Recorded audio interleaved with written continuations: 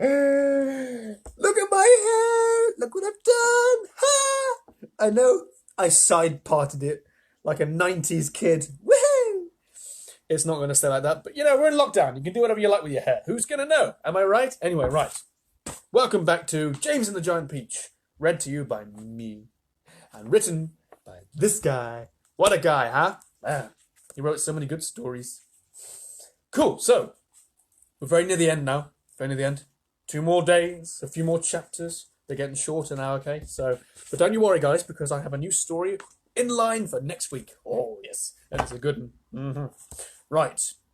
Let's jump straight in then. So what do we just have? Oh, yeah, well, obviously, all of the characters have just been attacked mercilessly by cloud men. So many cloud men and probably women as well. Cloud people. They look like wispy little ghostly yetis. Is there a picture? Yeah. Do you remember? Look, they were attacked by these guys. Woohoo! I'm coming to. Yeah. So let's carry on. So Centipede was covered in paint, and then they poured water on them, and the paint washed off, and he just sang a song to celebrate the fact that he's not covered in paint anymore. Let's dive straight in. James and the Giant Peach, chapter 31. How fast are we going all of a sudden? Ladybird said. I wonder why. I don't think the seagulls like this place any better than we do, James answered. I imagine they want to get out of it as soon as they can. They've got a bad fight in that storm that we've just been through. Hello, Peter, said James. Oh, I didn't really, but right. Faster and faster flew the seagulls, skimming across the sky at a tremendous pace, with the Peach trailing out behind them. Cloud after cloud went by on either side, all of them ghostly white in the moonlight. And several more times during the night, the travellers caught glimpses of cloud men moving around on the tops of these clouds, working their sinister magic upon the world below. Once they passed a snow machine in operation, with the cloud men turning the handle and a blizzard of snowflakes blowing out of the great funnel above. They saw the huge drums that were used for making thunder, and the cloud men beating against them furiously with long hammers. They saw the frost factories and the wind producers and the places where cyclones and tornadoes were manufactured and sent spinning down towards the earth. And once, deep in the hollow of a large billowy cloud, they spotted something that they could only have been. It could only have been a cloudman's city. Ooh. There were caves everywhere running into the cloud, and at the entrances to the caves, the cloudmen's wives were crouching over little stoves with frying pans in their hands, frying snowballs for their husbands' suppers. They eat snow. Yeah, okay. And hundreds of cloudsmen's children were frisking about all over the place and shrieking with laughter and sliding down the billows of the cloud onto boggans. That sounds quite fun. And hours later, just 1 hour later, just before the dawn, the travellers heard a soft whooshing noise above their head, and they glanced up, and they saw an enormous grey bat-like creature swooping down towards them out of the dark. It circled round and round the Peach, flapping its great wings slowly in the moonlight and staring at the travellers. Then it uttered a series of long, deep, melancholy cries and flew off again into the night. Oh, I do wish the morning would come, Miss Spider said, shivering all over. It won't be long now, James answered. Look, it's getting lighter over there already. They all sat in silence, watching the sun as it came up slowly over the rim of the horizon for a new day. Look at my hair! Anyway, stop it. Here's a picture of the bat. Look at him! Look at him! Look at him! Chapter 32. And when full daylight came at last, they all got to their feet and stretched their poor cramped bodies, and then the Centipede, who always seemed to see things first, he shouted, Look! There's land below! He's right! They cried, running to the edge of the Peach and peering over. Hooray! Hooray! Oh, it looks like streets and houses. But how enormous it all is! A vast city, glistening in the early morning sunshine, lay spread about 3,000 feet below them. Ooh, at that height, the cars were like little beetles crawling along the streets, and people walking on the pavements looked no larger than tiny grains of soot. Wow. But what tremendous tall buildings! Exclaimed the Ladybird. I've never seen anything like them before in England. Which town do you think this is? This couldn't possibly be England. Mother England, said the old green grasshopper. Then where is it? Asked Miss Spider. You know what those buildings are? Shouted James, jumping up and down with excitement. Those are skyscrapers! So this must be America! And that, my friend, means that we've crossed the Atlantic Ocean overnight! You don't mean it, they cried. It's not possible. It's incredible! It's unbelievable! Oh. Hey, I've always dreamed of going to America, cried the centipede. I had a friend once. Be quiet, said the earthworm. Who cares about your friend? The thing we've got to think about now is how on earth are we going to get down to the earth? You see what I do there? Ask James, said the Leebird. Can you please be quiet? Are you hearing this? Honestly, motorheads. Good grief. It's not good for fuel consumption. Go away! Story time, thank you. You have to ignore the, yeah. Right. Ask James, said the Ladybird. I don't think that should be so difficult, James told them all. All we have to do is cut loose a few seagulls. Not too many, mind you, but just enough so that the others can't quite keep us up in the air. Then down we shall go, slowly and gently, until we reach the ground. Our centipede will bite through the strings, for us, one at a time.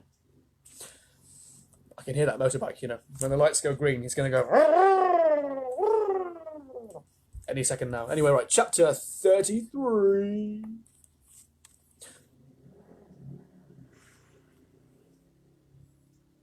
They're gone. Far below them in the city of New York, something like pandemonium was breaking out. A great round ball, as big as a house, had been sighted hovering high up in the sky over the very centre of Manhattan. And the cry had gone up that it was an enormous bomb sent over by another country to blow the whole city to smithereens. Air raid sirens began wailing in every section. All radio and television programs were interrupted with announcements that the population must go down into their cellars immediately.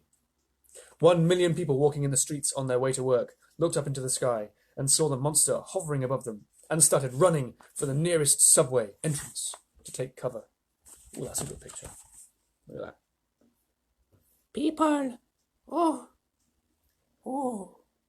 Look at that! Generals grabbed hold of telephones and shouted orders to everyone they could think of. The mayor of New York City called up the president of the United States down in Washington, D.C. to ask him for help. And the president, who at that moment was having breakfast in his pajamas, quickly pushed away his half-finished plate of sugar crisps and started pressing buttons right and left to summon his admirals and his generals. And all the way across the vast stretch of America, in all the 50 states, from Alaska to Florida, from Pennsylvania to Hawaii, the alarm was sounded and the word went out that the biggest bomb in the history of the world was hovering over New York City, and that at any moment it might go off. Chapter 34. Come on, centipede, bite through the first string, James ordered. The centipede took one of the silk strings between his teeth and bit through it. And once again, but not with an angry cloudman dangling on the end of the string this time, a single seagull came away from the rest of the flock and went flying off on its own.